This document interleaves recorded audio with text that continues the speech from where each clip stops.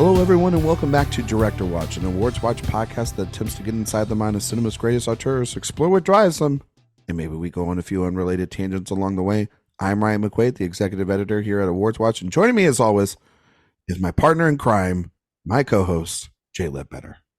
Sorry, Billy Friedkin.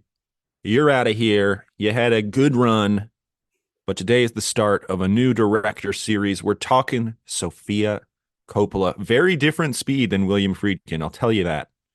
And today we're going to cover her first feature film, The Virgin Suicides. We're covering every single Sofia Coppola film over the course of this series. So, of course, we got to start with her very important debut. Absolutely. In again, another important film from the year 1999. Big year.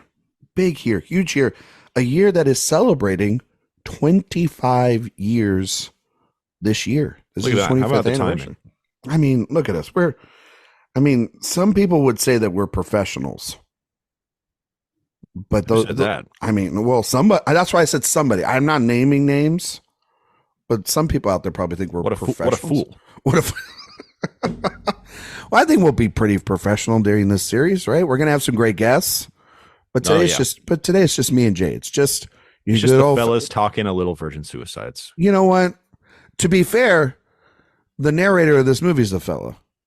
It's Giovanni Ribisi. And we're gonna come with a similar energy. A very mellow, almost stand by me. That shows a complete misunderstanding of the true events. Exactly. We're gonna misinterpret the film just as much as they did. Yeah, we're gonna put our own opinions on the events and plug in our own thoughts on the experiences of these five girls. A completely subjective misinterpretation of the Virgin Suicides is what you're in for today, folks. How you doing, buddy? You been doing good? Oh, I've been doing wonderful. I'll tell you what, I'm excited.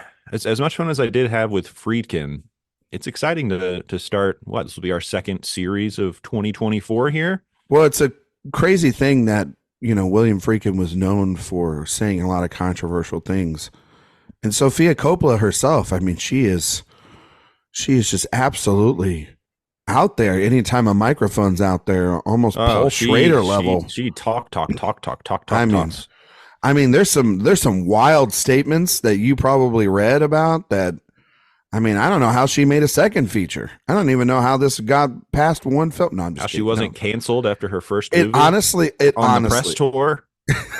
Honestly, it is the most jarring jump you could do from Billy research Friedkin. Is a little tougher for this. It's a little tougher, but it's also like to go from Friedkin, who is a notorious bad boy, shooter from the hip sort of opinion, to somebody that is the exact opposite because of, her place in Hollywood, wanting a more private life, wanting it not to have the same sort of effect that the business maybe had on her father, seeing that her father and her family are one of like the most powerful, famous families in all of Hollywood.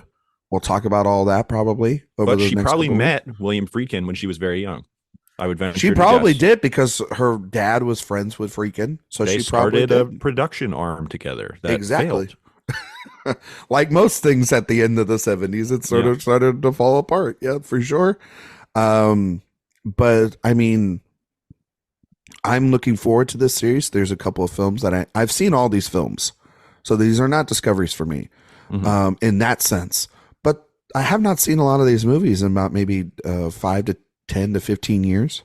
And I'm also trying to see if one movie that is universally loved here is actually good. Because the last time I saw it, I did not have a good experience with it. Could it be the one that she won her Oscar for? We'll talk about that next week. But I still got to do the rewatch on that. But Jay, your overall thoughts on Sofia Coppola as we're starting this new series? Well, what do you think of her as an artist, her style, and her films? The films that at least you have seen of hers, because there are some blind spots for you, including the one today. Right. This was a first time watch for me, so no longer a blind spot. Thank you very much. You're welcome. I did watch the movie before we did this Good, because episode. we did establish your due to your I bit, but sometimes have a also tendency to watch the wrong movie. yeah. I mean that cruising thing was it was almost scary how you Pretty almost watched funny. Boat Trip instead of this. Pretty It was funny. one of your most elite jokes you've ever done. Thank you very much. You're As for welcome, Sofia buddy. Coppola, yeah, I mean, there were two I hadn't seen prior to this. It's this one, and somehow I missed The Beguiled. I don't know how that happened, but Really? we'll cover that one later. Yeah, Wow. I don't know what to tell you. So I haven't seen that one, but Okay. of the ones I have seen, I'm a big fan. Big I fan. don't. Well, there's one that I'm not crazy about, but I was gonna say I really like all of them, but that's not entirely true. Oh, We'll get there. we'll get there. Uh, Maybe a rewatch will help. it could be very possible. That certainly has happened on many films that we've covered together over You- the years. I'll also tell you this too. That it helps when you're in the mindset of Yeah. watching those films. I think the tendency is expectation, right, on some things, hmm and then you end up thinking the movie's lesser, and then maybe if it's like I don't know, like a sequel or something, maybe you watch it back to back, or maybe it's just like, hey, you got in the mood, you watched one of their films the night before, you slide back into the style real easily, and then it's a better experience maybe on the rewatch. Or even when you're watching something that maybe you watch the first time in isolation and you're just like, I don't really understand the point of view here. And then Mm. you're watching them in the context of watching all of the other films and you're starting to tie the threads together between all of their films and saying, oh, this is sort of a continuation of this idea that he or she established in this movie. It's very possible that that happens. We'll Do you, see. do you have like an example of like that? Um, I mean, I think there were examples of that when we were doing Paul Thomas Anderson, where look, I really liked all of those movies, but I mean, yeah, I they're think all there were great. some continuations of stuff, specifically in Inherent Vice, I think, where Yeah, I was able to lock in to that film because when you see it the first time, it is just like this is like nothing he's ever done before, yeah, and it's such kind of a beguiling, yeah. There you go. movie. But then when you're watching all of his other stuff, you're like, okay, so this is actually there's a lot of connective tissue to his other stuff, and that one, as you know, Ryan, I really locked into Mm. on this last watch. So stuff like that will happen every now and then, and even Even the Todd other way, Haynes. well, even a little bit of the other way, right? Too, like how we saw most of Villeneuve's films, but there were a couple that on the It was sort of rewatch, like, does this guy really have a definitive vision? like Prisoners is, I think, a perfect example of like a movie. Even though we had a great conversation with Eric, the more and more I've stepped back from that movie, I'm like, actually, I really don't know if I like this thing. And then when we were watching, I was like, this is kind of not as good as I remembered it being. So it does I have that got effect as well. I got some feedback at a critic screening I was at recently when somebody said, "Oh, I've been listening to your podcast. Thank God somebody finally said that Prisoners isn't that good." Well, one, thank you for listening, whoever you were. And yeah, I mean, we're just giving honest opinions here. That's the Yeah. role here. That was at the Dune 2 screening. Oh, the big Dune 2 screening. So they where were you like, just, "Oh, I'm diving where into you, Villeneuve." and then that person was probably like, "Oh, I love Dune 2," and you just kind of shoulder shrugged and got the fuck out of there, huh? Yeah, I was the Debbie Downer a little bit at that screening, Yeah, even though yeah. I was like, yeah, I mean that was pretty good. We And they're talked like, about we oh talked my about it. God, I know. We talked about it. Uh, We released that episode already. We don't have to go down yes, the Dune no, rabbit I hole know, and I everything. know, But but um, okay. Well, shall we talk Sofia Coppola then? absolutely. Well, what's your relationship? Oh yeah, I I mean, didn't you even. didn't. Well, I think that she's a pretty important filmmaker for our generation. I really do. I wouldn't say. I was thinking about her the other night as I was watching this movie, and I was just thinking about where she's at in her career when she's making this movie in particular, Jay, because it's so different than her dad. And I mean that's the thing. It's like I was sitting there, and my wife came in the room, and she was like, "Oh my God, you're watching that? Like it's Friday night, and you're like, don't you want something to cheer yourself up?" I was like, "Well, I need to watch this for the show." And she goes, "Okay," because she's seen the movie and she's read the book and everything. And I know. I mean, let's get it out of the way, all right, Jay? Let's just get it out of the way. I know nepotism is a real thing in this world that people are getting really sick and tired of, and the privileges that some people have over others. But here's the thing: Nepotism's okay if you're good. if you're I don't good, care. Yeah. I'm not even saying good. If you're great Yeah. at what you do and you prove over an extended 25-year run now that you're pretty good at your job and you make really interesting, thought-provoking films, then potentially I think you've earned the right to make those movies. I also will say this. I was thinking about her in the context of it's like, listen, I love her dad's movies. Like The Godfather, maybe my favorite film of all time, right? The Conversation, that run of The Godfather, Conversation, Godfather 2, Apocalypse Now, one of the greatest runs of all time. But I was sitting there thinking about her career, and I was thinking about, for 25 years, she's been probably more consistent than her dad. She hasn't really, in terms of her style, in terms of the story she wants to tell, in terms of, and so my thesis going into this is like, Francis was making movies for money at a certain he was, yeah, she hasn't had to do that. You know what I mean? She because has her movies cost $5 million. They're $10 million nil. bucks, right? Yeah. You know, but she has a particular style that's very influential on so many filmmakers nowadays. She is part of this, I think, Coppola Renaissance, right? Where you had the Schwartzmans and the Cages and the Roman. Her Wikipedia page is so funny when you get to the relatives. Yeah, when you're just like it just should be a family tree at this point. It's ridiculous.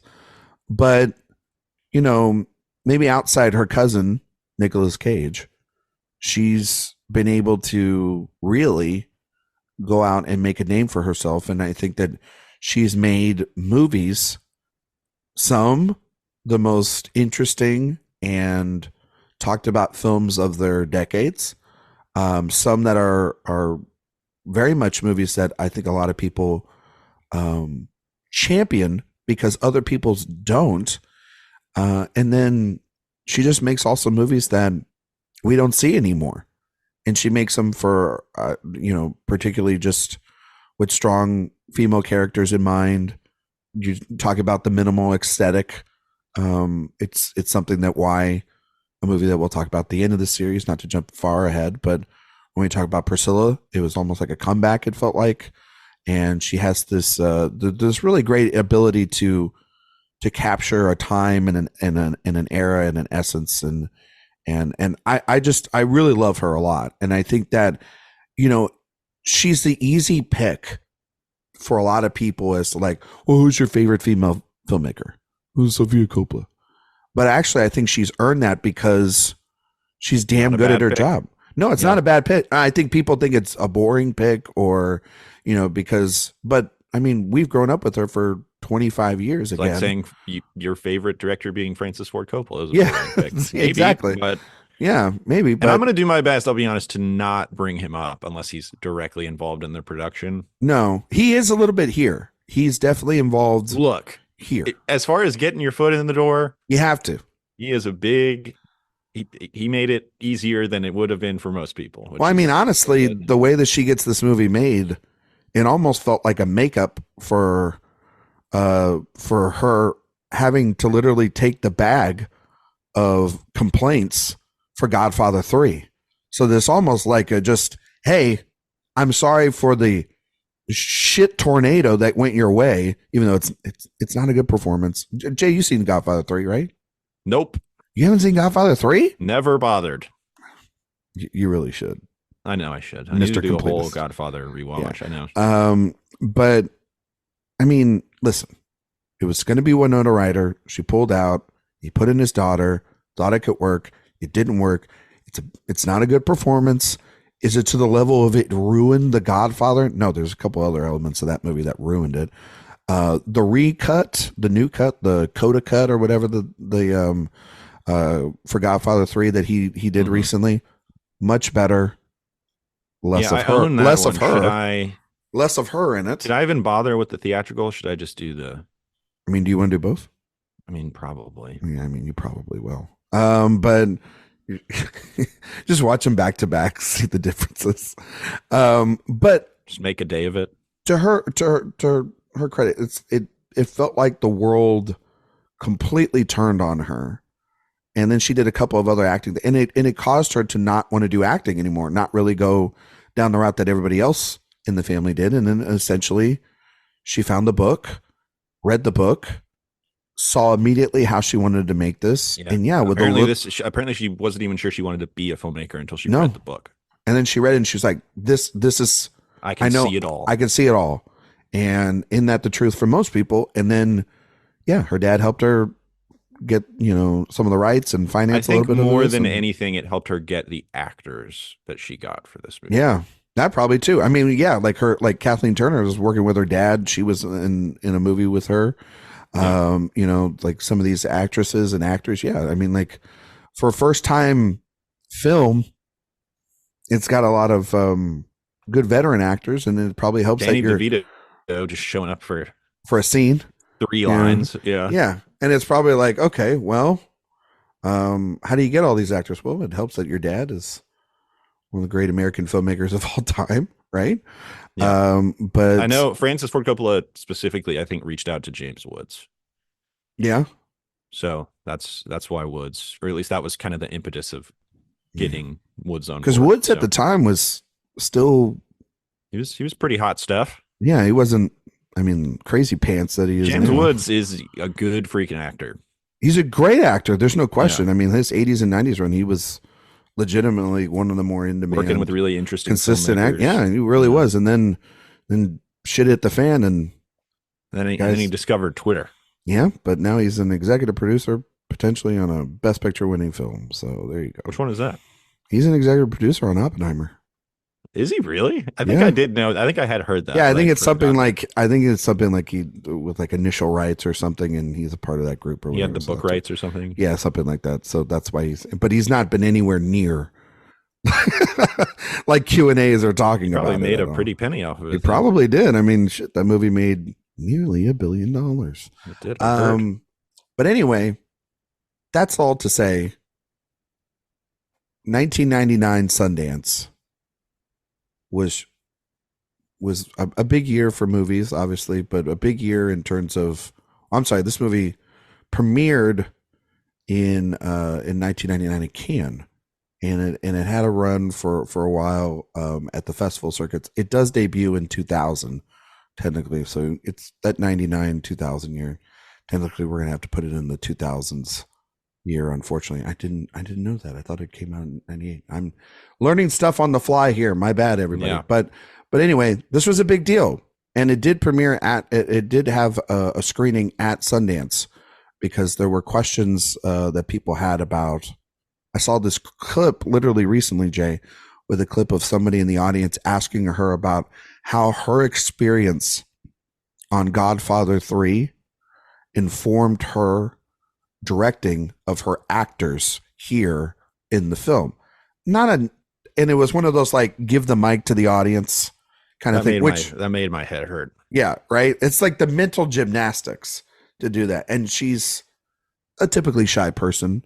It seems like soft spoken, and she kind of just answered basically like, I don't know, it fucking didn't, essentially, you know what I mean, like, and because that's what the Aaron Sorkin screenplay of the making of this would be, because you know how Sorkin always has to like pinpoint one thing that drove this person to do what they did for their entire life. It would be Godfather 3. It would continuously be flashbacks to her anxiety on the set of Godfather 3. Who would play Andy Garcia? They would do some de-aging on Andy Garcia. Oh, okay. You don't think they would like de-age Javier Bardem? Pedro Pascal. Oh, that's actually not bad. That's not bad. What do you think of Pedro? He won an award.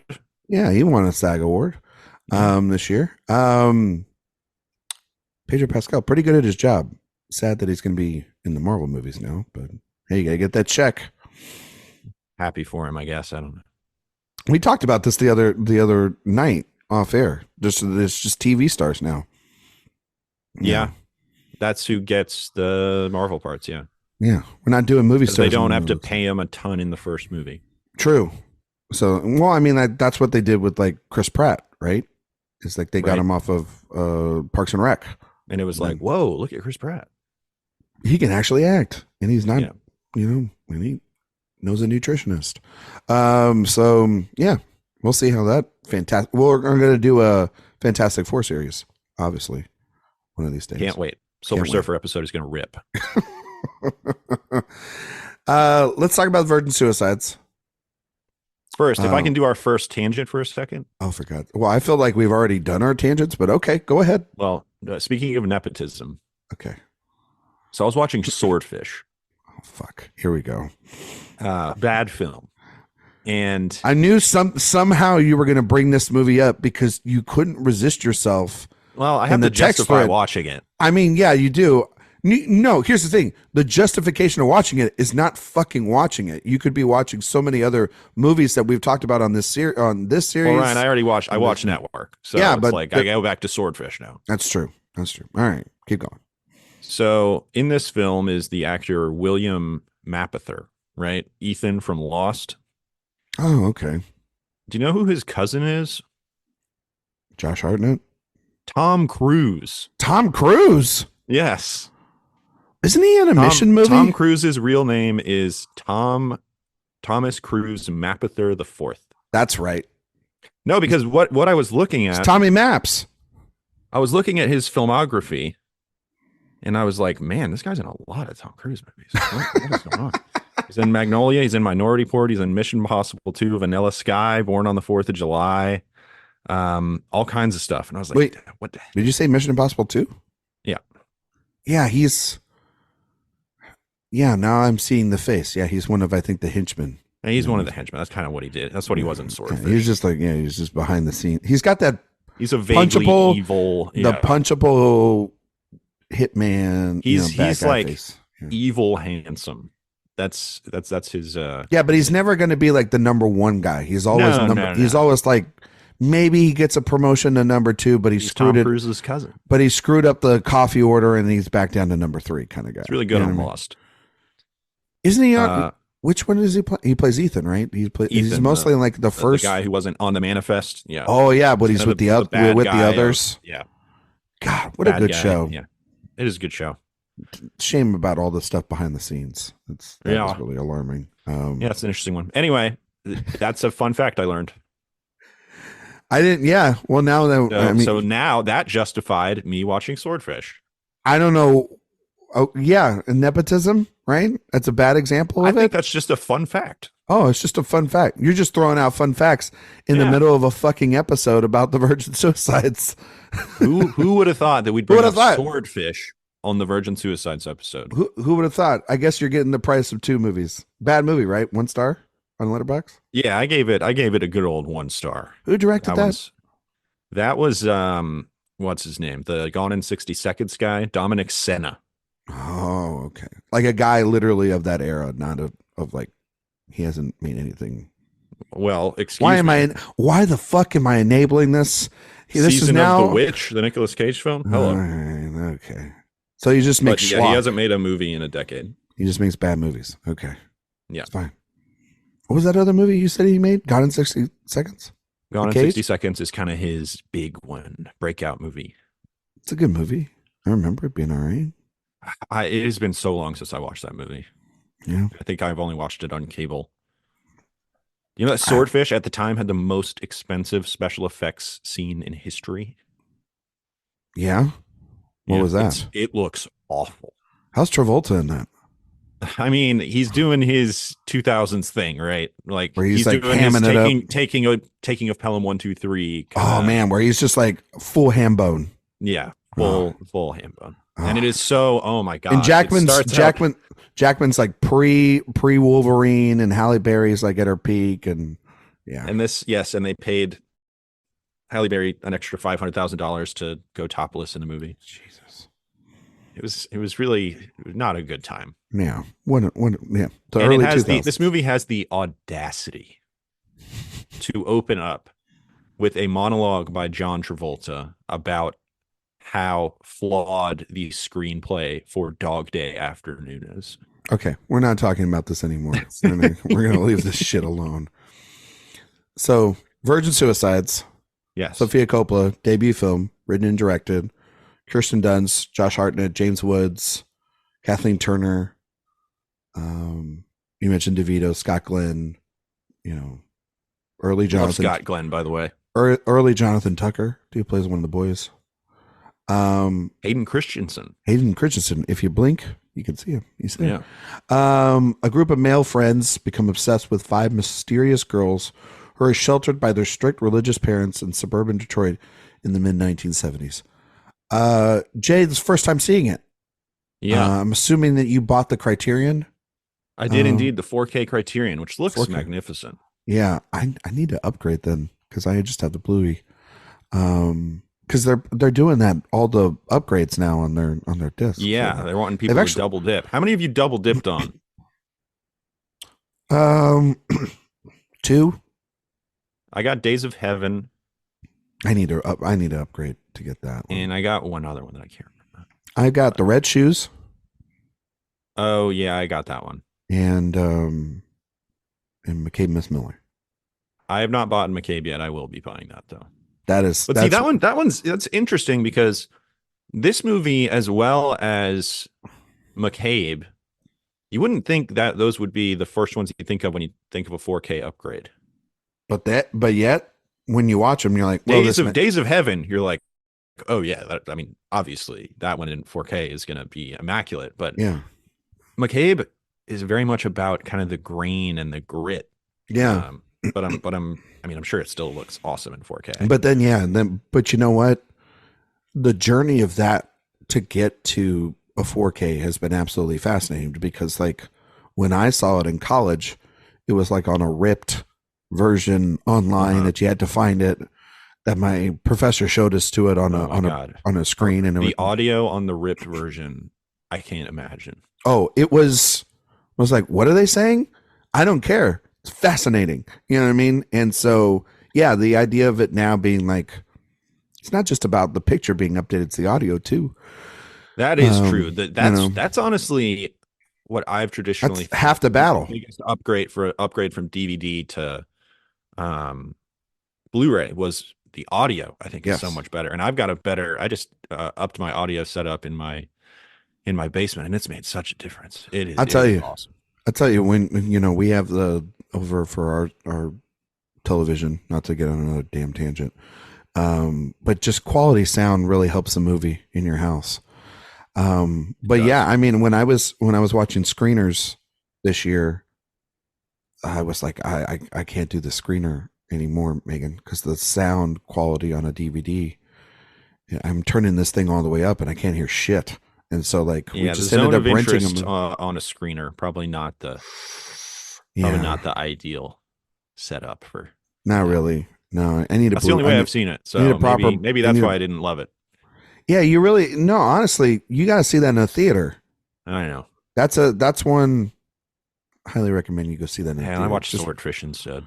You stupid son of a bitch. Anyway, Virgin Suicides. First time you ever seen it. Jay, what are your thoughts on this movie?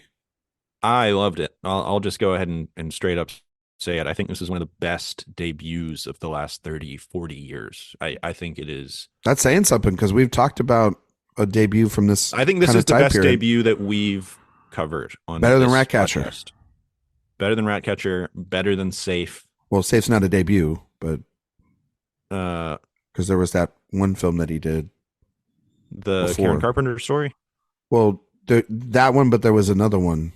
I don't remember. I'll find out the title. All right, please do it. Yeah, sorry. I am completely blanking on. Better than Heart 8? Did he do one before Safe? Yeah. Better than Heart 8 for sure. You watched it. I'm sure I did watch it, but I watched it too. I can't remember what it is. Hang on. Anyway. I'm getting to it. Poison. Regardless. Oh, Poison. Duh. Yeah. Definitely better than Poison. It's definitely better than Poison. Yes. Yeah. But no, this movie kind of from the beginning just really wraps you up as this ghost story. This, again, subjectively told ghost story from the point of view of these boys. Eventually the narration is done by a grown man reflecting on the story, which I think is a really interesting framing device for the movie, especially for Sofia Coppola, whose movies have been so centered on coming of age stories of young women. And this is that, but from this skewed male perspective that I think is, it gives it kind of this angelic um, memory. Mm-hmm. The way that these people are remembering these women is in this sort of angelic um, way, but there's also kind of this implied violence that comes with that memory in the sense that these men are controlling their legacy. And so often what they're saying in the narration is contradicting what we're seeing on screen. The narration really drives a lot of the storytelling here, which normally I wouldn't really like, but it is so purposeful in the way that it skews the reality of these women. And so it comes down to who is it that ends up telling the stories of these women is men. And they're doing it largely from this diary that was stolen, which again is already sort of this fanciful way of talking about reality. And then they're even going further and twisting it into this view that they have, which is a coping mechanism, but it is a coping mechanism that distorts the the way that these women should be remembered in their situations. They were in this very oppressive home with a very controlling mother and sort of an indifferent father, played wonderfully by Kathleen Turner and James Woods. Mm-hmm. And over the course of the film, it's about these women with their burgeoning sexuality, and it really is a send up a lot of the time of these stories where these men are often in control and objectifying these women. I mean, the very first shot of the movie is Kirsten Dunst eating a popsicle. It's so Lolita, right? Mm-hmm. It's so evocative of that. But then you have the shot of her kind of in front of the clouds, and then she winks at the camera, and it gives this sense of, again, this angelic view, but this like flirtatious angel, which is sort of how everybody wants to remember her. But the interiority of the character that we're seeing on screen, often very quietly in a really, really great performance from Kirsten Dunst, um, is really wonderful. So I think it's so powerful. The way that it ends, um, the ball at the end of the film is stunning. It all of a sudden turns into Eyes Wide Shut, Mm-hmm. and it is such it goes from impressionistic storytelling, very quiet, to this really in your face, glamorous, glittery representation of the mundane evil of this community that feigns to care about these people, but in reality they want themselves to be the victims by saying, "Oh, this was such a difficult, traumatic experience for me," pushing aside these women who are the true um, tragic figures of the story. It's a great film. Yeah, I think that it's absolutely fantastic. It's one of the greatest debuts of all time, like period, end of story. Because it's so confident. It is. This is the birth of a fully formed filmmaker. You're like, holy shit! Like you're like, Yeah. oh, so Coppola's daughter's making a movie, and then you're like, oh no, Sofia Coppola is a director. Let's like shut all that shit down now, because it's like within the first couple opening frames, you just see honestly her build the tension of this eerie family, right? And I think of the dinner sequence when when one of the boys goes over. Who's the one that goes over? It's is it David goes over, I think, right? The early on you're talking early about? on. Yeah. And he's around that table and all the girls are there, and it almost feels as if they're putting on a show. They are putting on this front of what a real happy family looks like. And it's the only real time that you kind of see where like it reminds you of then later on at the quote unquote above the table. That's what they're doing. Below the table, Lux it's Lux is being like, let's play some footsies.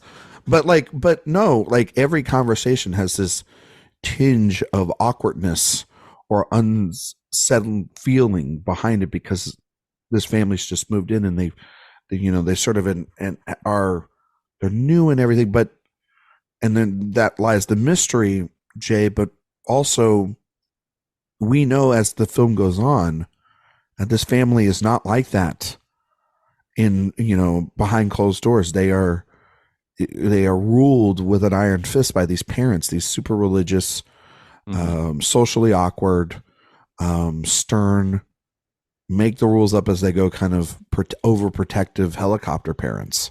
Especially after Cecilia. Yes, especially after Cecilia, because what happens that night with Cecilia is she kills herself, right? But she does it when she doesn't do it like when it's after dinner and everything. She does it in the middle of this party that they sort of put on in the basement for the girls and all the boys in their class and around the neighborhood. And from that moment, things start becoming caged in. And this is something that we're going to talk about a lot with Sofia Coppola. It's the idea of a cage and people being trapped, especially young women trapped inside a cage. She's notorious for this. We're going to talk about this probably with Marie Antoinette, the Beguiled, and Priscilla. We're going to talk about this a lot. But this is one of the few times where it's not in a very glamorous setting. No, this isn't if this movie came out today, you know what the talk around it would be? What? Sofia Coppola does not have the right to tell this story. Well, why would you?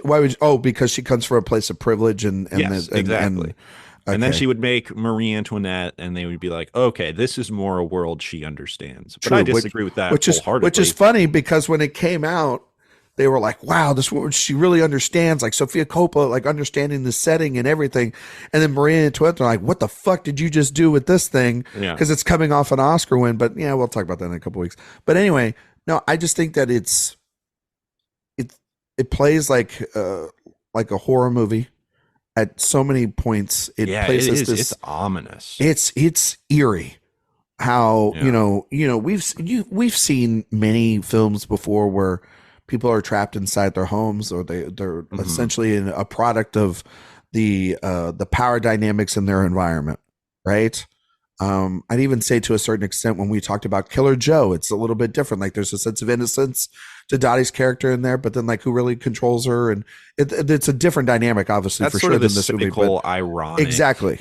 And this does, I think, for these girls, it shows that it shows them in a very sympathetic light. 100%. And we really get to understand the circumstances of how these four girls are tragically put in a circumstance that are, by their parents, that are completely out of their control and completely unwarranted, because essentially they are trapped because of the actions of what happens with their sister, and they have to deal with more of the repercussions of all that and how their parents interpret that suicide and that tragedy. And then, yes, you have then I think the other interesting angle of examining this from the outsider's perspective, right? Usually the narrator, in this case, the wonderful Giovanni Barabisi, has all the facts and is presenting it in a way that this is the actual account and everything. And they are only able to present the facts really of what is in this diary, like you're mentioning, Jay, and what they see. So everything is kind of that's filled in the blank, or is either told to them or by the girls, or they see it and they are projecting. And that's why this mystery is still unfold. And I love the narration. I love the way that this movie is told. It is not told through a fact-based system. It is essentially told through, hey, have you heard such and such about such? It is told it's through like rumor and speculation. Survivor bias. Yeah. It is. Well, it's basically a game of telephone in a community. Like your neighbor, but it's a game of telephone where there's nobody to contradict. Nobody knows communications. Because when we see these, I mean, obviously, when we see these four girls commit suicide at the end, and everything, like you're mentioning, the most haunting image isn't seeing them die or the idea of what did James Woods and Kathleen Turner do to cause their children to get to this point of this act of, absolute tragedy. The idea is that the news will come in, or the neighbors up the street will look, or the people at their lunches will gossip, and then they'll move out, the bodies will be buried, and then a party happens like nothing happened. Like these people were never here, even though they were probably obsessing over these people for years while they've been apart, or a year or whatever, the extended period of time that they've been there. What an absolutely fascinating, haunting, disturbing, brilliant way of showing how we just chew up people in our lives. And I think that it's just that it's brilliant. It's brilliant writing. Tragedy for our own gain. Yeah, the use of like, well, these people died, let's throw a cocktail party.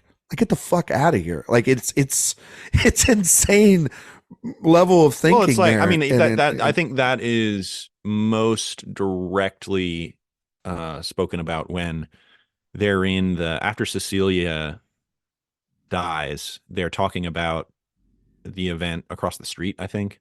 Yeah. And they're talking about, oh, well, she didn't want to actually die. She just wanted to get out of that house.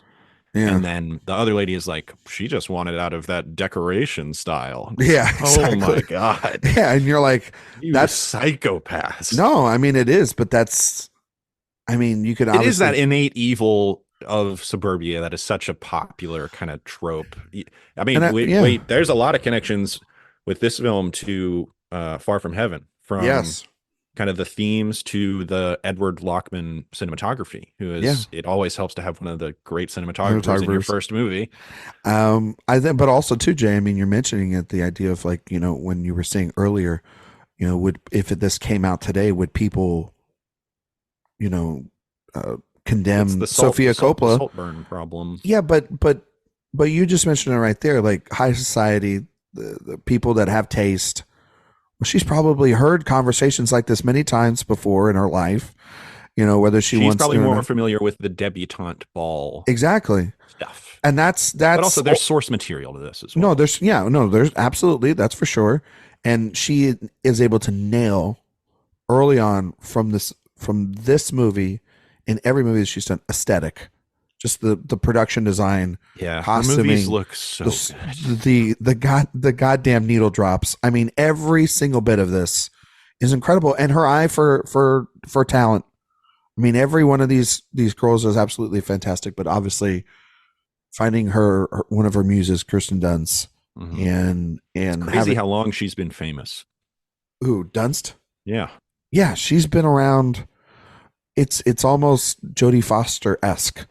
That she's been around since like a kid. Like, I was thinking about Jodie Foster. Jodie Foster's like 61, and she's been around since she's like been 3. So she's been in this business for like 50 years doing commercial stuff, because like it was like that quote that Foster said that by the time she did Taxi Driver, she had done more movies than Scorsese and De Niro combined at that point. You know what I mean? It was like she knew more about a film set really of that size than they did. Which is wild. It's more normal than not to be chewed up and spit out than survive like Kirsten Dunst and Jodie Foster have. Yeah, no, because they are the rare story of making it 30, 40 years into an industry that is notorious, especially for women, to just use and then discard easily. Right. But she's so great here, and she's so freaking good. And Woods and Turner are absolutely fantastic in this. I gotta tell you though, I know that we're going to talk about all these performances here, but the one that comes to mind, the introduction, just absolutely dynamite. Josh Hartnett. Are we talking the Hartnett-assance? Hartnett. He's very, very hot right now.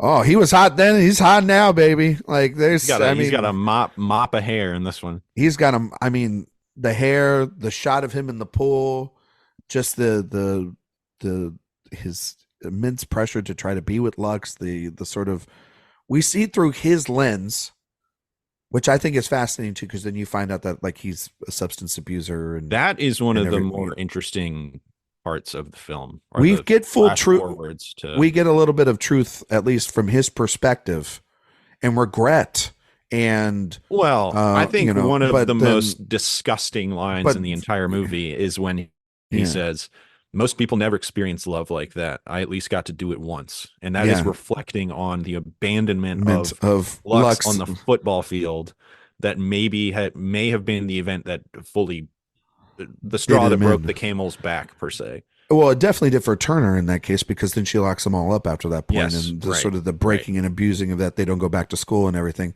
But it's the opposite also too of what these guys really wanted. They just wanted to get to know them and sort of the fascination. But there's also the Or idea that's how they they think, speak about no, it now. yeah, or Right. that's how they want to believe it. But also they're no different than any of those guys taking They're them out. thinking of these women as ideas rather than Yes, individuals. exactly. And then when something major happens, they feel this sense of, they feel bad because they thought about them in a materialistic standpoint.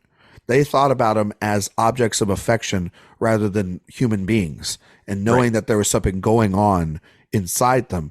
So then by the time these events happen, it's not it's a mystery to them, because they can't fathom the idea that these dream girls that they put in these propped up on these pedestals could ever do something as dangerous as that. And then by the end, they feel guilty, and they absolutely, in some way, should. But also, it's like you are taking a tragedy and you're making it about yourself and repurposing female trauma and making it into, well, why the hell didn't I get to slow dance with her at the fucking prom? Like, that is extremely fascinating and damning on essentially a writer saying all the narration, all the people that we followed here, all these men, they're fucking terrible because they only think about themselves. Well, and they're not, I mean, and there are a couple of moments. That. There's a couple of moments when they treat them like, I think the beautiful moment in the movie is when they are on the phone with them and they're playing the music because all the rock and roll records have been destroyed in the house, right? Uh-huh. And it's a sense of it's very funny when they burn them, and then they're like, "Oh, you should not burn fire." yeah. I was sitting there, I was like, you shouldn't do that. And then like they open up the house, and then you just, I'll throw them out. I'll throw these to the curb. Good thing they didn't have a smoke alarm. Very much, which is also like, that's a sign of the safety of that household, to not have a smoke alarm. But no, I think that it is damning these boys at the end too for their involvement in this as well. Like, they're not complicit. They didn't kill these girls, but society in general, and the way men look at women here, it's problematic. And through Trip and his whole intention, right, Jay, is to get these girls and do exactly what he did. It's very generational. It's kind of like the ideas that we talked about with Licorice Pizza, right? And how young boys look at women, how they look at girls, and how dangerous and problematic that is. And so I was weirdly finding the connections between that and some other films while I was watching this, and how, though those are, when we talked about those ideas, they've been from directors that are, one, male, but two, they're from years and years and years of making movies. This is from a fucking debut, which is wild. Yeah. Again, it is a fully formed filmmaker from the start. Yes. And I will just speak to this because it probably needs to be spoken about. This is the shaky ground of me covering a Sofia Coppola series. I'm going to be over here being like, oh, look at, these people are totally taking advantage. I guarantee you I was no better when I was 16 years old. No, I'm not putting myself on a moral high ground either. None of us are better, but it does show, even though, we're no better than them and whatnot, and say, oh, I was kind of like that, and chasing girls or whatever. When you are reflecting, most of this stuff is then reflections upon later in their lives, and you have that time to reflect. There are people that do need to reflect on exactly how they did it and what their intentions were for. Were they in the right place, or were they from a place of what Tripp does in this movie, which is extremely like you said, Jay, the straw that breaks the camel's back and leads to tragedy because you were so selfish. He sets up this entire thing to get all of them to go to this prom. It's so important. And to even get Woods and Turner and everybody involved into this and to get the guy, like we see the practice, like where he's at practice being like, I need 3 guys to come with me to take the other girls, and how they make the dresses and everything. It's such a big event for the way it then to end on such a nasty sort of just disgusting note of just like, I got my fun with her and this is what I wanted. And it was not, and yet for these girls, it was more than that. It was a chance for them to have something normal and for that to be taken away from them, at least one of them, if not, I mean, essentially all of them by the end, because then they all get locked up inside. Yeah, it's extremely alarming to talk about, but it is not a reflection of, I don't think, of you and I, but it is for some people, depending on how how you look at your past, potentially how you're looking at everything. We're not, no one's perfect when you're a kid. No. You know but yeah, I don't want, I'm just talking about these characters in general. I don't want this. I don't ever want it to come off like, oh, look at Mr. trying to be an ally over here. No, it's not about that. We're talking about the movie. Talking about the text of the subtext of the film. Yeah. I think, and really, I think the grand tragic evil of this film, or not necessarily evil, but what the death of these girls and their parents leaving town allows for is this true stain-free sense of nostalgia. Yeah. So that the Giovanni Ribisi character can look back on this moment and be like, I get to shape the story. Right? Yes. You hear him just talking about, oh, these girls, they knew everything about us, but it was impossible for us to know anything about them. As if it is this grand romantic story. They're mythologizing them. Exactly. Mythologizing them while making them, turning the boys into tragic figures. Yes. Right. Yeah. Or sympathetic figures, even to some extent. Sympathetic figures. Yeah. I think that's a good way to put it, in their own minds. And yeah, to your point, the boys were not active contributors to them killing themselves. I don't think. No, but their regret of it, and they're thinking of this probably like 20 years later, suggests that if they weren't the problem, but they definitely didn't help the solution, or they felt guilty. I mean, you do feel guilty, right? You feel like a sense. There is also the guilt too, not just by any actions like what Hartnett does in the film, but there's also guilt of like, I didn't do enough to prevent this. There is that as well too. People have also, that. What are their real intentions in trying to quote unquote help these? Yeah, because the real reason they started looking over and spying on them was because Kirsten Dunst was hooking up on the roof. Yeah, and they're like, are you? Yeah, and they've kind of felt weirdly a little guilty about that afterwards, but not really in the but again, not in the moment, because they're dumb, immature boys. But the movie is using as them the teller of the story. You can be like, oh yeah, at first we liked it, but whatever. Then we. But he didn't. But he kind of doesn't. You know what I mean? And that's the thing. It's like, you're only regretful, and that's why we're talking about these specific characters and these specific kind of guys, where it's like you're mentioning, Jay, they're reframing the story to fit a narrative in which they can sleep better at night about how their involvement was. They're rewriting the history because they're the only ones around that can rewrite the history, because these two parents have lost 5 girls and they've left town, and probably in that 20 years, they're probably gone because they were older. And then these girls have passed away. So the only ones left to write this story, to play the game of telephone, and how it's been passed down and secondhand information, is then these boys who sat there with a telescope and watched the girls that they saw from afar, that smiled at them a couple of times and lived across the street. They then see them and they go, well, there is a mystery and we'll never know. It's like, well, will you never know?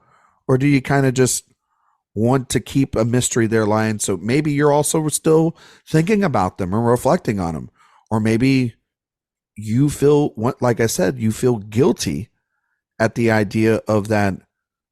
For 20 years, it's lingered in your head that you maybe should have been better, acted better, done more, been kinder in those moments. Because every single moment, it felt like any boy was going up to him. It felt from a sense of, I just want to either hold your hand, kiss you at the end of the night, take you to prom, take you on a date, which is,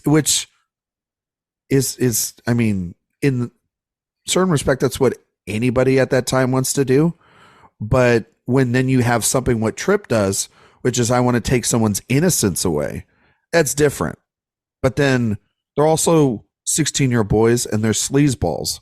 And so there's complexity within their reasoning and then their involvement in it. It's not one answer. There's multiple answers to it, But then him reflecting on it and being like, oh, she was the true love of my life. That again is sort of that delusion a little bit. Yes. Delusional victimization where one of the great tragedies of this is that we weren't able to be together forever. And you're like, dude, you bailed. She took a taxi home from the football field the night of homecoming. You never checked on her afterwards. Yeah. You never once called that house. You didn't take her home. You left her there shriveled up on the football field. And then when you saw this for the first time, what were you thinking during the flash forward scenes where he's being interviewed? I was like, Jesus Christ. Like, what did you think about it from a formal perspective? I thought it was so. I saw this after I saw a couple for films. So when I came into it, I was like, Jesus Christ. Like, it's so smart and it's so effective. And I think it is in the book. It is in the book, or it isn't? It is in the book. I think the way in which he frames it, and then you think that this is just maybe like at a meet and greet or whatever, but then you find out it's like at a rehabilitation center. That's where they find him. That is like, but it's not overt. It's subtle. Again, everything in this movie. No, when the nurse comes up it's not your group session. Yeah. It's not even a flash up. It's just stay on him the whole time. And his reflection of his face and of older Tripp. And it's just kind of sitting there. Just kind of like, yeah, that's my story.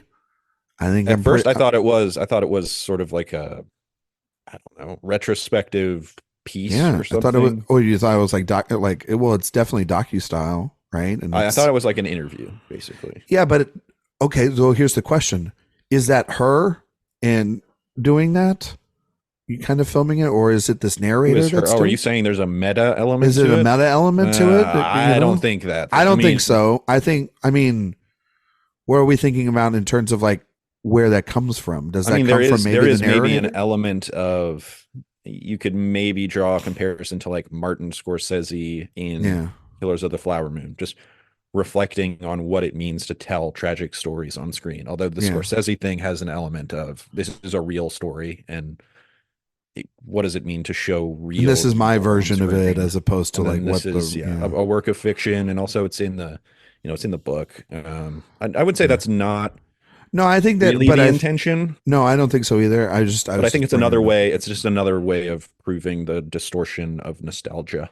No, but I think you could also look at it as just like Ravisi is putting together something, like the narrator is putting together something, knows the events of it itself, is asking these questions. But again, fundamentally as well, when that nurse does come in, you don't see her face. Everything is just still within the frame of the male perspective, still on everything too. It's the PTA shot. Yeah, it's very much the PTA shot. I was just going to say that too, right from the waist down. But I will say too, she's got a way of, and this is true that we're going to talk about a lot with her films, but in which she has these wonderful, like really just fantastic needle drops, these like bangers of songs, but yet there seems to just be existential dread or something haunting or something around the hinges of these songs, that while there's often, fun going like on, emptiness to it. Yeah, there's like it's like these are just exactly emptiness, or an implied emptiness. Yeah, or the idea of like this is temporary. It's not like a distraction. Like, well, it's the idea of like somebody could remember this night for the rest of their lives. But actually, how it is looked upon is it's just a you know you're dreading going home as opposed to like thinking about being in the moment. Like Also, just the title of the movie.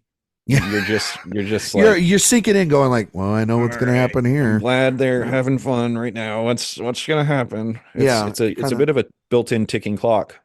No, it does. Yeah, it is. But you sort of, once the movie starts, you kind of forget about it, and then you have the title sequence too, where it's all written as it like it's in the journal, right? And how it's like the handwritten in the sky, right? Sort of Yes. how the film title card opens up, and how it's very dreamlike, and how you're essentially thinking about the idea of like, one, it's a bird in a cage, so like in the sky. There's that one thing, one way of looking at it, but then there's the other idea of escapism and thoughts in the sky, because that's all you have, because these girls don't have television, or they don't have their records anymore, so all they have is their thoughts. And the idea of them wanting to save a tree, because this is the only thing that they have control over, right? Mm-hmm. Is saving this tree and putting their bodies. It's like, you can kill us, you're not getting this, but you're not getting this tree. They're trying to save something that's dying. It's like this last ditch effort to stop this infection. Yeah. But then again, in that moment, the guys care about their job in the tree, and the news reporters care about getting a shot of this crazy family. News reporter thing is interesting. That's some wild stuff, the way that she kind of portrays it a little bit here. Yeah. And she'll definitely do that a couple more times in later films. Yeah.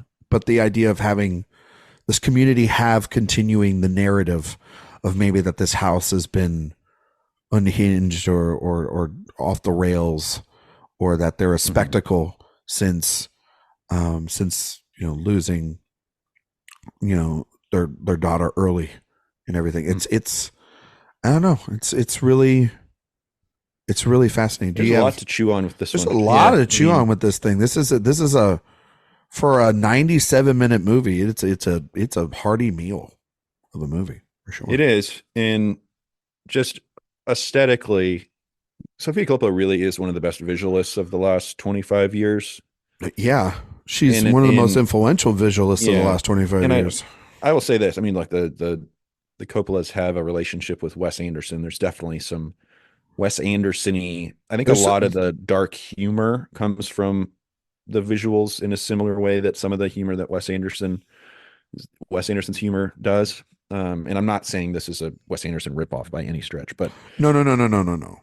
You can kind of see that they had a relationship, right? Well, you can tell also too that she I mean, unintentionally and whatnot, every filmmaker is beholden to the influences and the people that they are around a lot. I mean, I'm certain Wes Anderson would say he was inspired by Sofia Coppola, and Sofia would say the same about Wes. And I'm sure that they would all, I mean, like, it's no different than you watch Tarantino and you're like, yeah, he's like watched the Sergio Leone. Well, he's almost, he's a whole I mean, like, thing. Do you know what I mean? Like, when we watch PTA, we're like, well, this guy watched Scorsese and Altman, didn't he? Well, you know what I mean? Tarantino's like, a remixer. Yeah. He's a DJ. Well, yeah, but he's remixed it in a way where now it feels that someone else's aesthetic can also essentially be his too as well. Like, and it works. He's got his own thing. And it very much works to his advantage. And it took him a while to do that, but yes, I understand what you're saying. Like, they influenced each other, probably very much so, but they have definitely created their own universe and style and look to their movies. Like, when you're watching a Sofia Coppola movie as opposed to when you're watching a Wes Anderson movie. And I would probably argue that Sofia's growth has been more interesting than Wes Anderson's from an aesthetic perspective. Well, I mean, most people just assume. Well, yes, I would agree on that. I think also hers has a more grounded sensibility. I mean, it does and it doesn't, which is what's so brilliant about it. Yeah, but I mean, fucking Wes Anderson movies are just like. They're dollhouse movies. They're dollhouse movies. They're like literally the production design, the movies. They're amazing. Yeah, their But production is you know what a Wes Anderson movie is going to look like when you yeah, zoom like in. and you know that there's never going to be a distorted camera and then you know the actors that are going to be a part of it Yeah. and yet he's still making fucking great He makes movies. he makes hella good movies. You liked Despite Asteroid City, right? I did like Asteroid City. Okay. And yeah. I'm just trying to So think of I mean, I guess the last one I like loved was probably Grand Budapest. I don't know. I've loved these last two. I loved Asteroid City. Yeah, a lot of people I do not. I I know mean, you're not a I like French French Connection, but no or French Dispatch. French Connection. Well, I French do love the Dispatch. French Connection. Don't get me Yeah. wrong there. Um, but regardless, I'm not gonna sit here and say that Sofia Coppola is like a pastiche filmmaker because she's No, not. She's her own filmmaker, certainly. And it's just there are so many shots in this. there were also if I could say another Yeah. person that I thought was when I was watching this again and I thought was like his influence is definitely in here was Soderbergh. I was watching this and I was feeling. And again, Lockman. I mean, He's a Soderbergh guy. He's a Soderbergh guy. It was definitely that, but just also, you know, I was just thinking back to Sex, Lies, and Videotapes. Another at that time, another debut that had Yeah. confident, complicated subject matter that the director was easily able And again, to. that sort of subjective. Exactly. It's that movie is very subjective and very provocative, and this movie is very subjective and very haunting, and it's haunting yet it's beautiful. Like it is a beautiful film. Like Lockman, again, love Ed Lockman. Think he's one of the best in doing the Todd Haynes series and doing and talking about this in various other films. Dude's just been. Have we just been like not talking about how wonderful he is as a cinematographer and one of the best, and we just don't mention him in the rare air of like Deakins and others that we put up on such a high pedestal because they've got the shot. But yet Lockman has, I don't know, Jay. He's got an eye that makes these that really works with the vision of the overall director that he's working with. You know. He is really, I think, one of the best of his generation. And was he nominated for an Oscar this year? He was nominated for El Conde. Did you Yes. ever watch El Conde? No, I need to watch that one. I like Pablo Larraín. Oh, you a Lorraine guy? And I like some of Pablo Larraín. Let's say that. He makes some of the best looking movies around. I was gonna say he doesn't make a bad looking movie. No, like Spencer, a movie I don't think is that good, but it is so technically accomplished that I would rewatch that movie, even though I think it's kind of trite in its storytelling. Yeah. It's because of how good it looks and how good it sounds. That score is incredible, but I don't really think it fits the movie. Mm. It's kind of that sometimes with Pablo Larraín. I still really like Jackie, but yeah, I like Jackie a lot. He's gonna.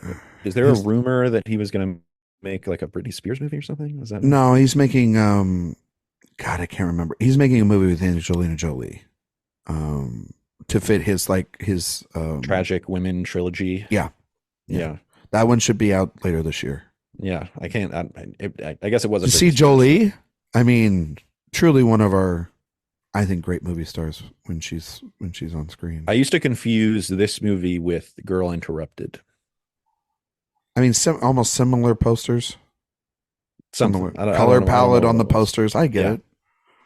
Totally different fucking movies. No, I haven't seen Girl Interrupted either. So you haven't seen that one? Oh. You know, did that? You know, Mangold. It's a Mangold, baby. Yeah, interesting. I need to watch that one. But what an interesting filmmaker James Mangold is. He has a very eclectic filmography. Is he a journeyman? For sure. Yeah, right? he's a journeyman for sure. Yeah. Doesn't have like a real aesthetic or anything, but he's a really good. He's agreeable. Journeyman. He's agreeable. People like him. He's very agreeable. Indiana Jones was not his fucking fault. He's not the most challenging filmmaker in the world. No, but he makes pretty entertaining films. I mean, Ford v Ferrari absolutely rips.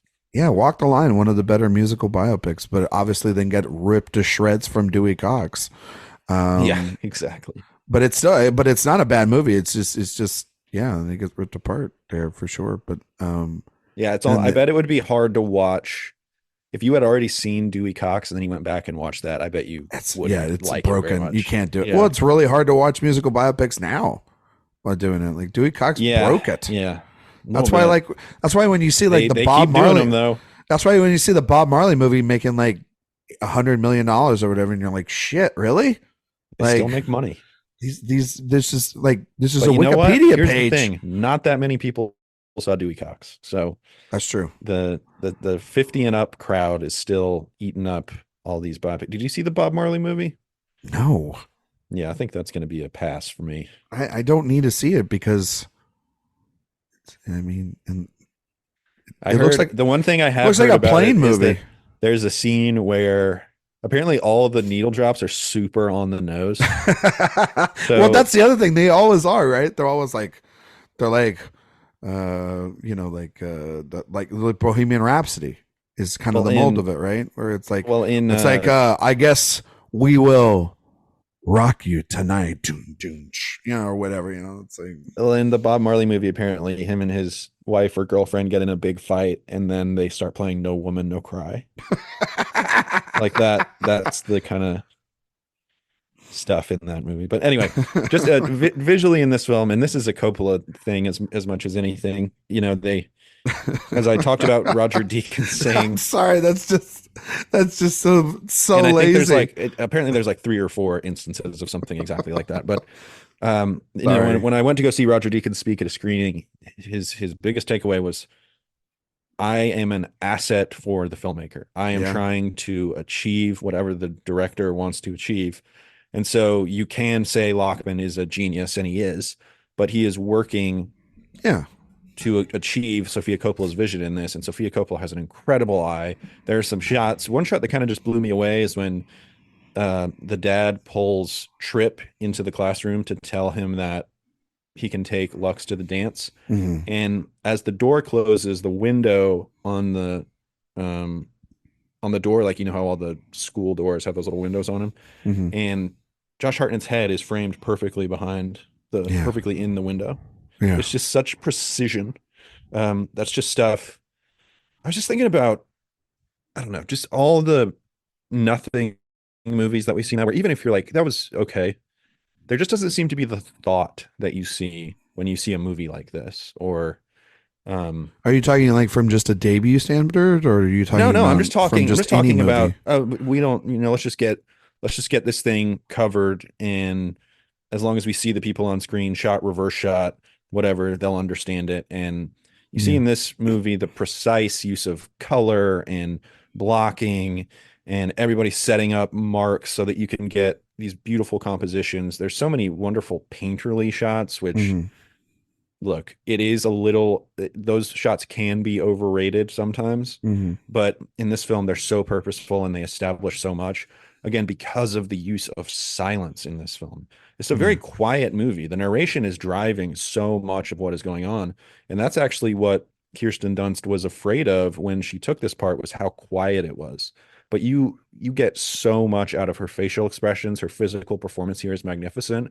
And so then when you have these stunning shots that are, again, framed within this silence that the film is utilizing throughout, it really adds to the tension and the beauty and just the overall mood. This is a very moody movie.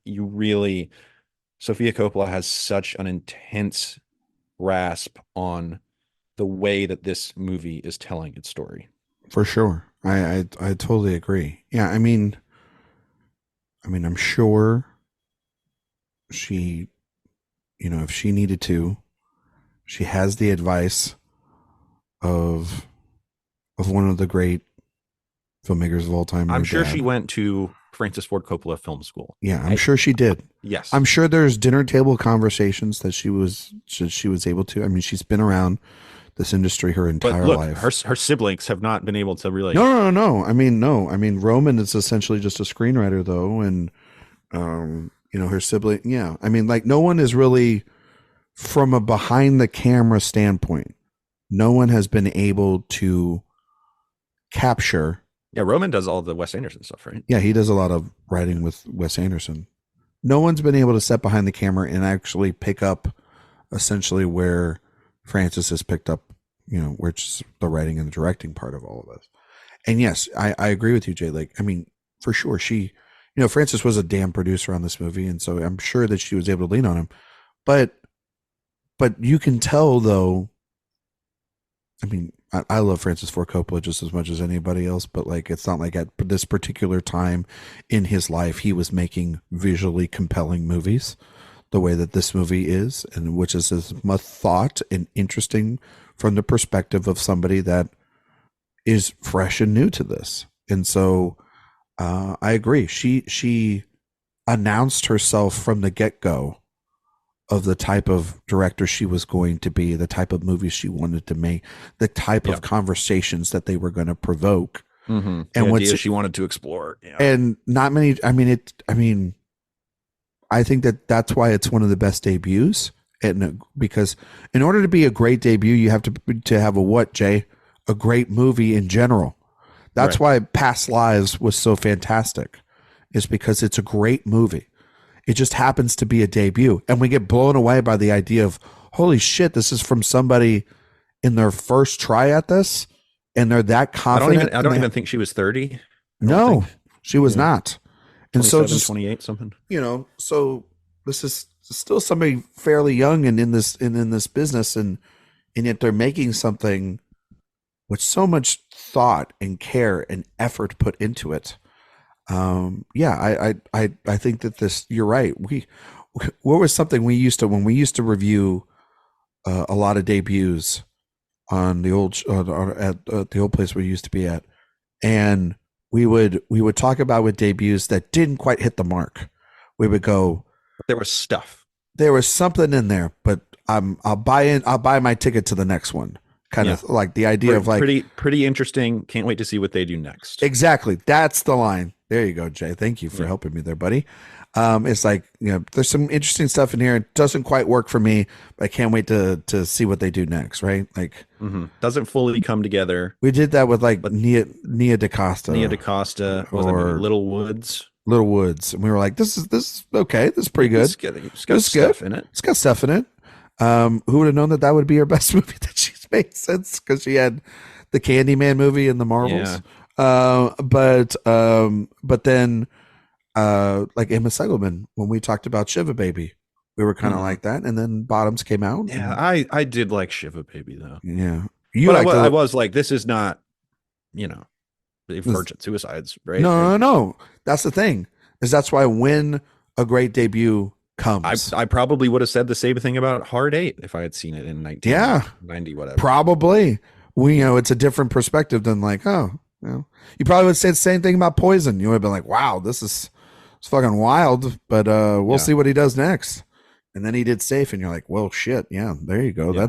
But then there's something like this, and something like Sex, Lies, and Videotape, or there's plenty of others. But it's tough. It seems like far in between, right? Of what you're mentioning, which is to have specificity and a universal language for a director in that debut. That's why, like, for me, that's why Past Lives works. It's like, you're like, holy shit, like she's already creating her own voice and everything. She doesn't need a filler movie. She doesn't need 2 movies to get there. She's already there.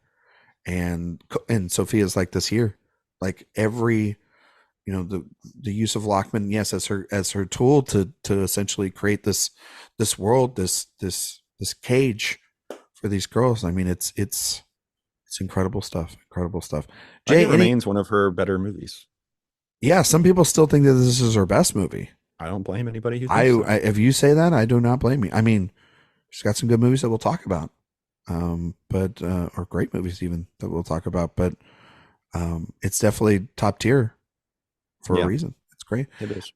Jay, any final thoughts you have on the Virgin Suicides? I'll mention James Woods briefly. And Jane Woods? Say Jane Woods. James Woods, I think, is really good in this, in a quiet role. And his performance really speaks to, Sofia Coppola does an incredible job of this movie, capturing both the feminine perspective and the masculine perspective, while looking at these young girls. And I think some of the best moments for James Woods are when he's trying to show off his model planes to the to the boys. Holy shit. Where it's very fucking clear, funny. like I kind of wish I had a kid to sit around and watch baseball with, and Wish- fly planes with. Clearly a guy that's got 5 girls and with like Yeah. and none of them are interested in the shit that he wants to do. Yeah, exactly. I mean, he's very funny in this. I got the polar opposite over at my dry, dad dark in way. my dad's neighborhood. His next door neighbor is a young couple, and they've had 4 boys, and They probably keep trying to have a girl. the 4th one they were like, this is it, they wanted a girl. Yeah. And then when the boy came out, mom was completely devastated, and dad was kind of devastated too, because he want I told him I was like, hey, healthy kid, that's all that matters. Yeah, but yeah, I get what you're saying. There's like a famous video. The shot of his face when he's holding the thing as the boy leaves When the house. the kid is running out the door, and he's like, He's- "Oh, let me show you this one more and thing." he's The kinda way like that the air goes under the wing, and then he's he's like kind of so- sad. He keeps telling the talking story to himself. Yeah, It's great. Yeah. And then like at the party, he's like talking to all the boys, and they're like so disinterested in this shit. And he's like, yeah, it's like, we don't need our math teacher fucking teaching us about fucking planes or whatever, or battleships. He also does this really interesting thing where I think about this a lot as I've gotten older, and I'll talk to people who are teachers, or maybe even some people who were my teachers growing up. And in your mind, you remember them as these guys who were like super smart. You're like, they know everything. That's why they're a teacher. But now you talk to a teacher now, and you're like, this is who we got molding America's youth, huh? This is it. But then if you asked one of their students, I'm sure they would say the exact same thing. They'd be like, oh my gosh, Mr. Johnson is so smart. He knows everything about World War II. But I think James Woods does a great job of capturing this guy who is perfectly adequate, but not gonna win Jeopardy or anything like that. No. I think he's really, really good. And Kathleen Turner is good too. I think good. her character's a little more one note than everybody else, but she does a good job with it. I think also too, a lot of Turner's performance is under the surface, behind the scenes, and also unintentionally shown, because again, it's the information those boys don't have. They don't have a lot of information about what drove them, and if she's responsible for any of it. I love when the kid hits on her. That's very funny. My favorite moment. What's in the punch? A bunch of juices. I like pineapple juice. I love Pineapple juice. pineapple juice. That guy's a fiend for mojitos for sure. Definitely. Yeah. I my favorite moment with Woods is when the principal comes up to him and tells him that, like, your girls haven't been in school for 2 weeks. Mm-hmm. And he just sees like, okay, yeah, all right, well, yeah, have a good day. And he just kind of moves on, because he's like, this is a fight I probably have had at home. This is something I'm not in control of. And you realize his slow descent into utter indifference is it's that, and it's a sense of, yeah, I mean, he doesn't have much of a say over any of this either. That's really, how he's grieving, is by just pushing everything out. Yeah, exactly. Yeah. And so, no, I think it's fantastic performances. And when the priest comes over and he's watching baseball, Scott Glenn, like, Father, he's a double play. Yeah, it's a really good performance. Really, Scott Glenn is awesome in general. Scott Glenn's fucking. He doesn't do a lot here, but no, that dude's got a presence to him. For half a second, when I heard the voice until Scott Glenn showed up, like a brief second, I was like, "Wait, is that Philip Baker Hall?" And then it was like, "No, it's Scott Glenn." I was like, "Oh, okay, it makes sense." Like, they both have that kind of voice, you know what I mean? Like, Philip Baker Hall could have been a priest. He could have been he could have been easily a priest. He was doing one scenes. This is like 99 2000s. He was doing Magnolia. What do you think? What's the first Scott Glenn role you think of? The Leftovers. I probably go Silence of the Lambs, but Silence of the Lambs is a good one. I mean, probably one of those huge role in Silence of the Lambs, but no, but he's Jack Crawford. Mm-hmm. Jack Crawford, all the way from the FBI. Demi, that'd be a good one. Yeah. Oh, well, talk about Lockman. That would be a long Lockman's one. worked with Demi. You know, Which Yeah. Demis did he do? he just did. I think he just did one with him. Lockman made Last Embrace He with Jonathan Demme. Demme, what an I mean, yeah, talk about a guy that he shot True Stories, which I love. yeah. Oh man. I mean, Lockman's worked with a lot of great writers. He's worked with and directors. He's worked with Demme. He's worked with David Byrne. Worked with Mira Nye on Mississippi Masala, which is a wonderful Last film. Embrace. That was the one he made. I haven't seen Demi's first few movies. I mean, obviously That was Sofia his Coppola, total. I think that might be a Corman movie. Soderbergh, Haynes. Worked with Altman on Prairie Home Companion, so he technically worked with Paul, also with Paul Thomas Anderson. Thomas Anderson, sure. Yeah. So worked with Todd Solondz. He's great. He did my beloved Dark Water. Yeah. Oh, Dark Water is incredible. Yeah. Is it Dark Water or Dark Waters? Waters. Yes. Make it plural. It's okay. I love that movie. Yeah. Well, it's not just one water out there. It's all those people's water. It's waters. It's crazy that he adopted the digital aesthetic for that one. I think it's one of the best uses of digital in film history. Well, his nominations digital in film history, can you say that? Can you say digital in film history, or do you have to say digital in movie history? In film history. But it's in not cinema history. Cinema history. There you go. Okay, there you go. Just always default to cinema, baby. Yeah, and then I mean his nomination in Okande is like he got nominated because people like him. It's not his best. How many Oscars has he been nominated for? Lockman? Yeah. Five-ish? I would guess five-ish. How many has he been nominated for? 3. Far From Heaven got nominated, right? Yep. And then El Conde and think best Todd Haynes movies. Another Todd Haynes movie? Yeah, think of his best. Oh, Carol. There you go. He was also nominated for an Emmy for Mildred Pierce. Which Todd Haynes stalwart. But he's got 4 Indie Spirit wins. True Stories, Light Sleeper, Far From Heaven, and Carol. True Stories is one of my favorite movies. Yeah, David Byrne should make another movie. But he's making all these stage musicals. Now he's big into the stage. Let him cook. Let him do whatever the hell he wants. It's David Byrne, for Christ's sake. Yep. Jay. Yes. How's your day going? It's going great. I'm loving talking about this movie, man. This is a good one. Yeah, it is a good one. Somebody needed to give the male perspective on this one. Before we get out of here, we're going to touch your award season knowledge based on the movie we just reviewed, which is The Virgin Suicide, in a segment we like to call It's an Honor to Get Nominated. Jay, Virgin Suicide, sir. Critical success. Yes. Made a little decent chunk of change. Right? Made its money back. Nobody was hurting. Nobody got hurt. But did it get nominated for any Oscars? See, this is a tough one. And I don't know. It feels like a movie that could have gotten something, whether that is I think if it was nominated for anything, it would have been screenplay and maybe supporting actor, but I don't think it got supporting actor. I'm going to say it got adapted screenplay, and I'm going to say that was it. Jay? Yes. You're wrong. What? I'm wrong. Did it get a supporting? Did it get a screenplay? It did not get nominated for any Oscars.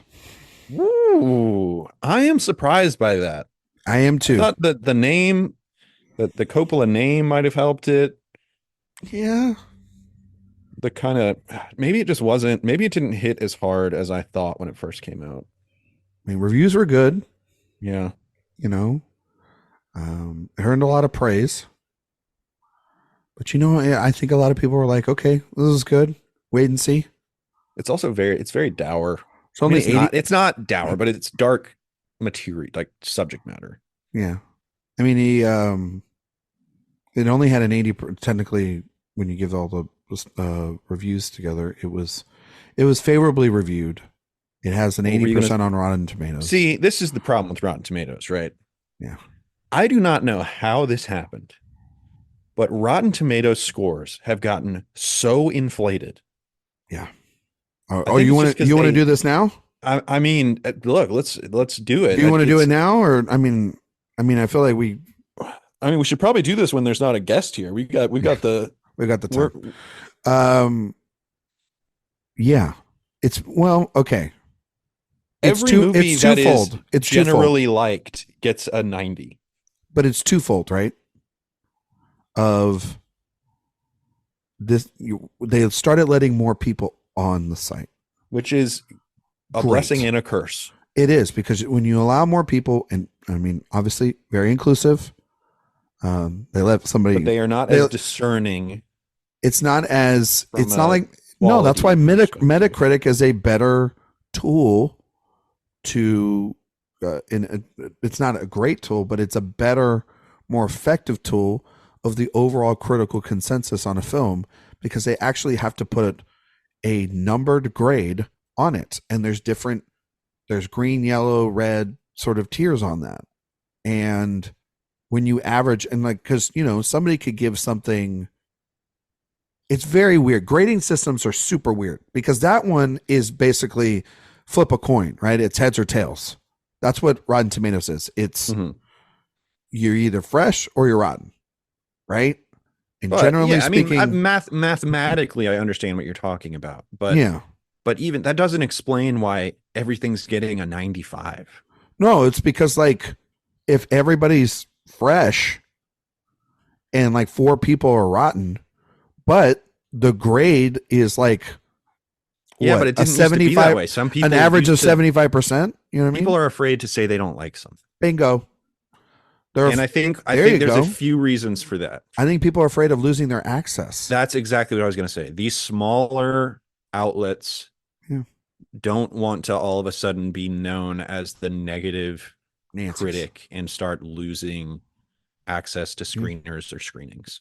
And then also too, I think people try to chase pull quotes and don't actually really, it's the I agree Peter with that Travers as well. It's the Peter Travers school of journalism. Of, I wanted the pull quote. I don't actually have an opinion on movies. Yeah. Or I'm first come, first serve, and therefore I review a movie and I give my initial thoughts, and it's more positive. But then later on in the year, you hear, "Oh, I didn't really like that movie," and it's like, maybe you should have waited a little bit, because sometimes movies, you need a little bit of time to adjust. Like, and I also think too, Jay, these crazy embargoes that studios put on these movies to, like, you see a movie, 4 hours to write your review. yeah, you got 4 hours to write a review, so write it quick. That's not going to get good quality work out there. No. Well, I mean, look, I wrote my Extraction 2 review, which won the Pulitzer Prize There you go. with a 4-hour turnaround. I mean, I get that. I mean, it's not easy, but also it's provided a lot of visibility for so many critics out there that otherwise did not have it. But yes, is it a flawed system of judging reviews for newer things? Absolutely. It has gotten the studios what they want out of it. Yeah. Well, and one of the studios technically does own Rotten Tomatoes, True. to be fair. So, in one Either way, or another. I think it's worthless at this point. Anyway, would you have nominated this for Oscars? Do you know what year this is? 7-3. I'm sure I would have. 73 Oscars. The adapted screenplay category that you're talking about. Traffic won the Oscar. I think the screenplay is significantly better than Traffic. The other nominees were Shakala, Crouching Tiger, Hidden Dragon, Okay. O Brother with Arthau, Great screenplay. and Wonder Boys. So they gave Oh Brother unadapted from the Odyssey? Is that Correct. what they did? Correct. That's funny. That's what it is. I mean, It is. But what's the last one you said? Wonder Boys. Mm, You know, I don't have you get seen it. Wonder Boys? I have. Curtis Hanson movie? Yeah, been a long time, but don't remember a ton about it. It's a good movie. I mean, I'm probably giving, honestly, out of those, I'm giving it the win. You put Virgin Suicides in there? What would you knock out?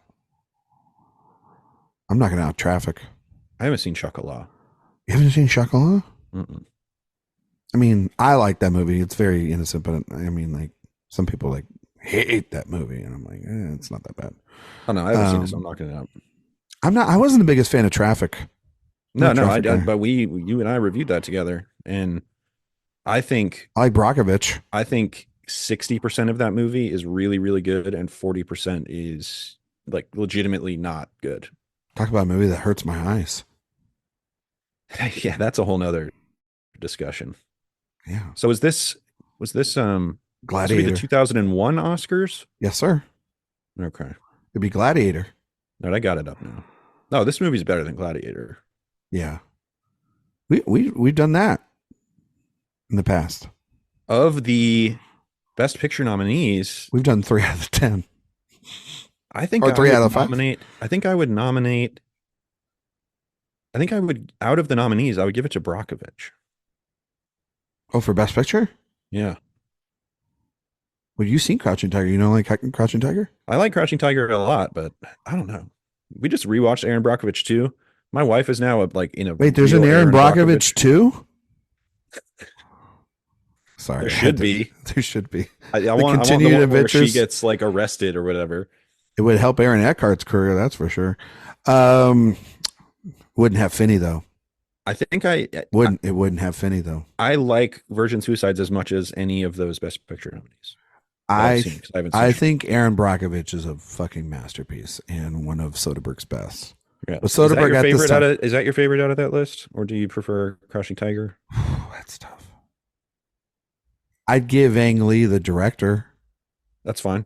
And because Ang Lee already has 2. Then I would give Soderbergh the direction for Aaron Brockovich, and I'd give Picture the Crouching Tiger, Hidden Dragon. God, Finney should have won supporting actor over Benicio for Brockovich. Yeah, that's a good lineup, though. It is. Benicio, Bridges for the Contender. Contender is a good movie. Defoe and Shadow of a Vampire, excellent. He is good. Finney, absolutely insane in that movie. He's so good. And Joaquin in Gladiator's great. He's great in Gladiator. Smarmy little bastard. He is. Yeah. So I don't think I could put James Woods in there, actually. Actress, so. Could I kick anybody out? Julia Roberts, Aaron Brockovich, Joan Allen, The Contender, Binoche for Chocolat, Ellen Burstyn, Requiem for a Dream. No. Laura Linney, Can You Count on Me? That's a great lineup. Yeah, that's a fucking great lineup right there.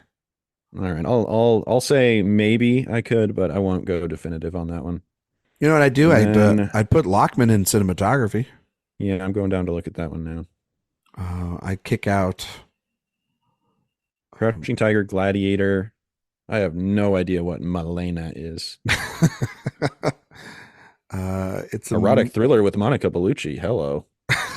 Looks like Jay's putting that on the watch list tonight. Sorry, that was not a good thing to say on this episode. Wait, is Monica Bellucci important to you? That's a story that we should have discussed that in the Friedkin series. This is not the place. Sorry, it's not the place where I am. Oh, Brother, with Art Thou and The Patriot. I honestly don't think the cinematography in Gladiator is all that great. No, I don't either. Actually, I kind of think it's kind of washed. You know, it's kind of like. I would put this in cinematography. Did you see that Gladiator 2 was like $310 million? Look. Fucking ridiculous. Look, Ridley, what's he gonna do? Go easy on him? That movie better make a fucking $1 billion, otherwise it's so screwed. Oh my god. That honestly, if that doesn't do well, that might actually be his last movie. I mean,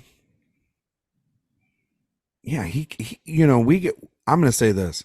We're giving Ridley Scott a lot of passes. He has had a lot of bombs in the last 15 years. He has.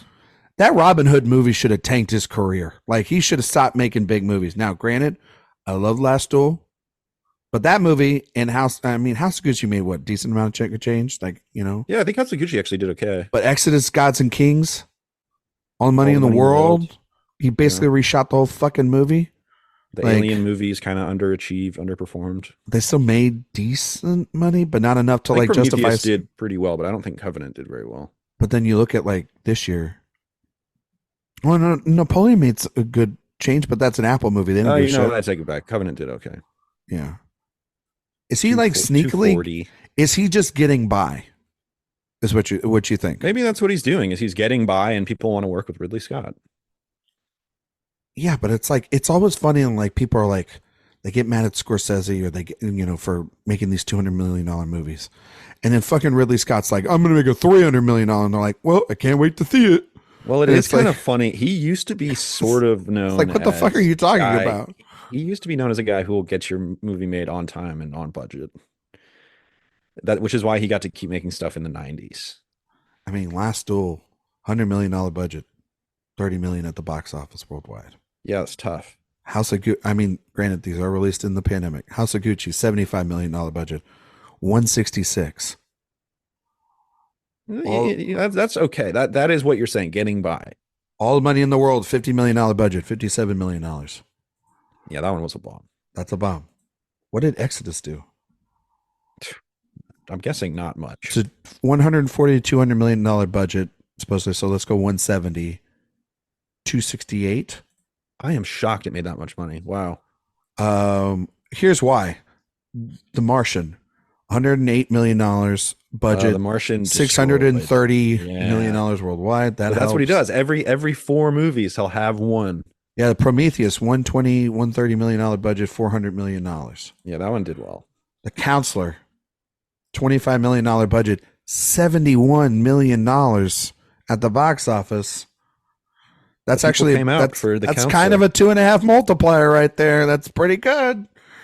So, all right. That movie just absolutely rocks the house. Robin Hood, I'm still waiting for Counselor 2. Robin Hood, a $220 million budget, 321 Yeah, million. that one was tough. Yeah. I don't I know. don't know. Let the man make a movie. Let him make his movies, I guess. There aren't many making them like Ridley anymore. I mean, there are that make him look better, and they look better. His gray aesthetic on movies is not good. He's working at a scale that not many people are. God, Napoleon's such a fucking eyesore. Haven't seen it still. Good for you. I will watch it here soon. You know what movie's not an eyesore? The Virgin Suicides, and it was a great conversation. It's great. And a great you can give movie. it costume design. You know what? Production design, I would consider that. Yeah. The production design here is incredible. And yeah, the costumes are great too. Yeah, those dresses for the prom are iconic. Plenty to like with this one. Plenty to love about with this movie. Jay, can you tell all the people out there where they can find you and all your work? Yeah, you can find me on Letterboxd. Just search Jay Ledbetter. You can find me any writing I do or podcasting at AwardsWatch and awardswatch.com. Movie recommendation for the week. Secrets and Lies, I just watched for the first time, the Mike Leigh film. Ooh. Pretty wonderful movie. 1996, the story of a Black woman who was adopted, who tries to find her birth mother, who is a white woman in England. Mm-hmm. Fascinating movie. Really subtle storytelling with some impressive world building. It has so many scenes that you would expect to be cut in most movies, but Mike Leigh kind of lets everything breathe and linger. Some really great performances. Oscar-nominated performance from Brenda Blethyn. Timothy Spall, just one of the greats. He's so good. He's kind of Mike Leigh's muse. Just a really great film. Wonderfully shot. Wonderfully written. The characters are so well drawn, and great performances across the board. So check that one out. Secrets and Lies. Yeah, it's good stuff. You can find me on Twitter, Instagram, Letterboxd, or Ryan McQuade 77. You can find all my work at awardswatch.com, iTunes, Spotify, 5-stars reviews. We'd greatly appreciate it. We got the Awards Watch podcast that comes out every Monday. We've got this show that comes out every Thursday. So if you like podcasts, that's where you can listen to them on our feeds. Go to the website. That's where you can sign up for the newsletter.